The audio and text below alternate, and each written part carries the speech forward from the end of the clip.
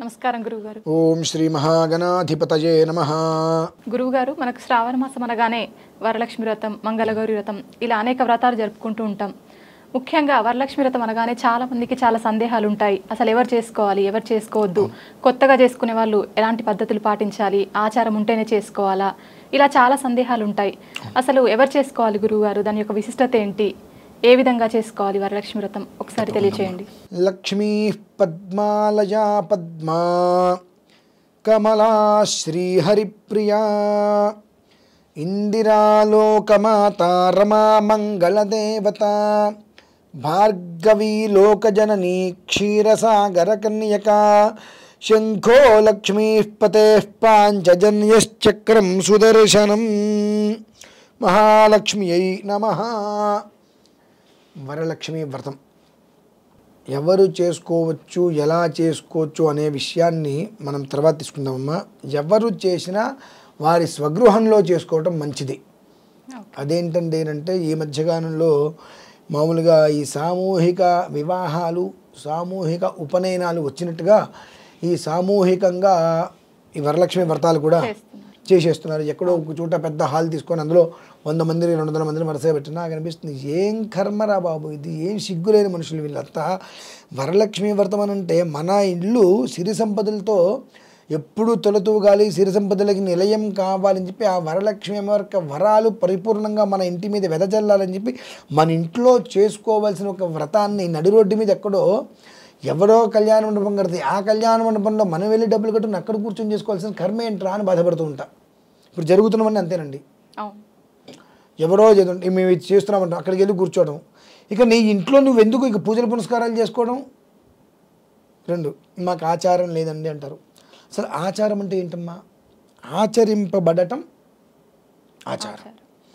మా ఇంట్లో లేదండి. ఓకే, మంచిది, మీ ఇంట్లో ఆచారం ఎందుకు లేదు అంటే మన ముందు పెద్దవాళ్ళు ఎవరు చేస్తారు?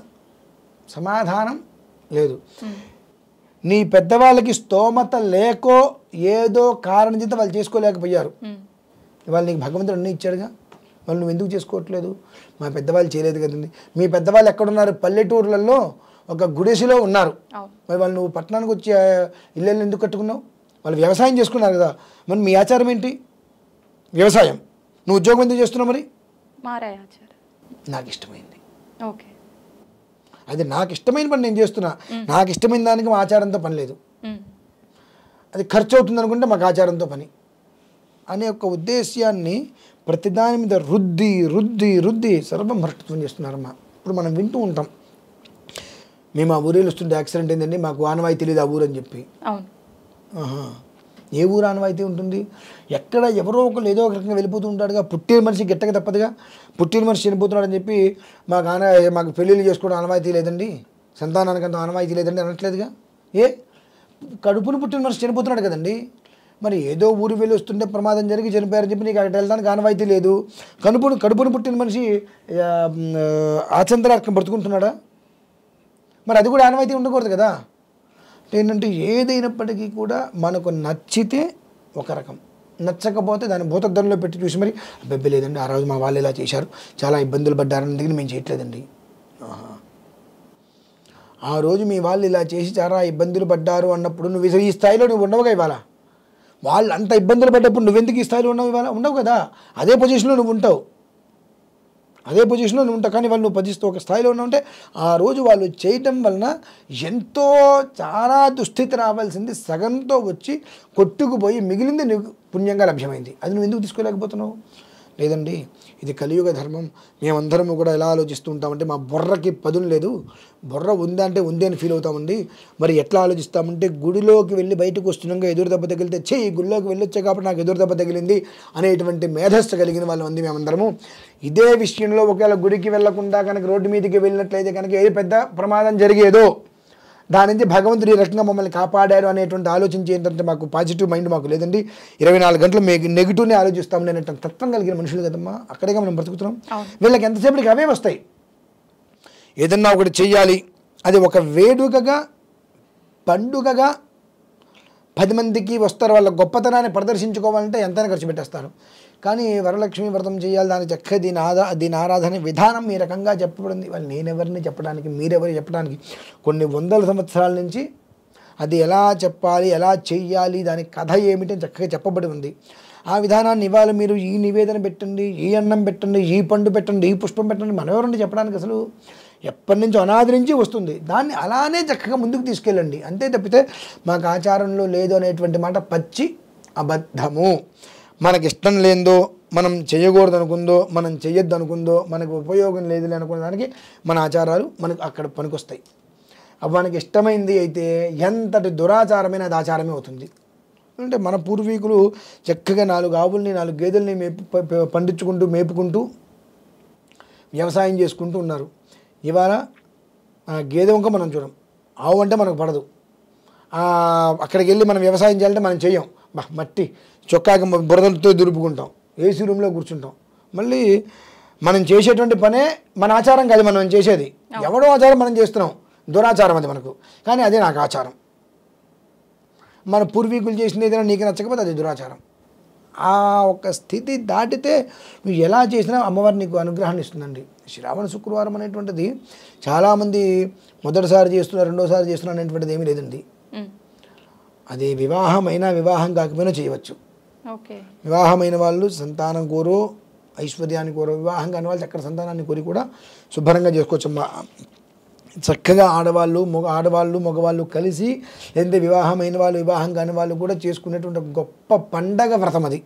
కాబట్టి నేనే చెయ్యాలి, మీరే చూడాలి అనేటువంటిది లేదు, ప్రతి ఒక్కళ్ళు కూడా చేసుకోవచ్చు. మాకు లేదు అన్నారంటే ఓకే, మంచిది, శుభం, అన్నీ ఉన్నాయి, ఒక్కటే నీకు లేదు, ఓకే వదిలేసాయి. అంతేగాని ఖర్చు అవుతుంది కాబట్టి నా ఇంట్లో ఉన్నది నేను లేని మాత్రం చెప్పద్దు, అది చెప్పి పాపాన్ని మూట కట్టుకోవద్దు. అంటే ఈ యొక్క వరలక్ష్మి వ్రతము అనేటువంటిది సాక్షాత్తు ఆ విధానాన్ని అనుసరించి మనం నిర్వర్తించేమో అమ్మవారు వచ్చి ఇంట్లో తిష్ట వేస్తుంది, అన్న పోదు ఆవిడ, నేను పోను ఇక్కడే కూర్చుంటాను, నాకు నచ్చింది అంటుంది. మనం చేసే విధానం, దానికి కావాల్సిన విధానం ఏంటి? హంగు ఆర్భాటం కాదు. కల్పసూత్ర విహితానుసారంగా ఏ విధానమైతే చెప్పబడి ఉన్నదో చెప్పినట్టుగా మనం ఆచరించగలిగామా? ఆవిడొచ్చి ఇలా కూర్చొని చక్కగా ప్రసన్నవదంతో కూర్చొని, అమ్మ నాకు ఇది కావాలి తీసుకో, అమ్మ నాకు తీసుకో, అమ్మ తీసుకో, నీ ఇష్టం, నీకు ఏది కావాలి, నీ ఇక్కడ పెట్టా, ఇలా ఉన్నంతసేపు నీకు కావాల్సింది తీసేసుకో అంటుంది ఆవిడ. అలా కాకుండా నువ్వు గొప్పతనం కోసం ఇంత వెండి కలశం పెట్టి, దాని మీద బంగారు చెంబు పెట్టి, దాని మీద ఏదో చేసి, నువ్వు ఒంటి నిండా ఆభరణాలు పెట్టేసుకొని చుట్టూ చూపురులందరికీ కూడా నువ్వు ఆకర్షించే విధంగా నువ్వు తయారయ్యి కూర్చొని నేను పూజ చేస్తానంటే ఎవరి కోసం చేస్తున్నావు?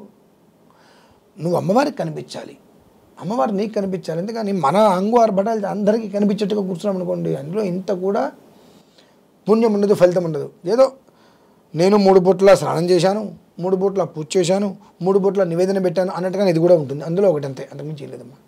కాబట్టి ఆ కల్పసూత్రంలో వరలక్ష్మీ వ్రతాన్ని ఎంత అద్భుతంగా వర్ణింపబడిందో, లక్ష్మీ పద్మాలయా పద్మా కమలా శ్రీహరిప్రియా ఇందిరా లోకమాత రమా మంగళదేవత భార్గవి లోకజనని క్షీరసాగర కన్యక శంఖో లక్ష్మీపతే పాంచ జన్యశ్చక్రం సుదర్శనం అని ఇందులో ఎంతో అద్భుతంగా చెప్పబడి ఉన్నది.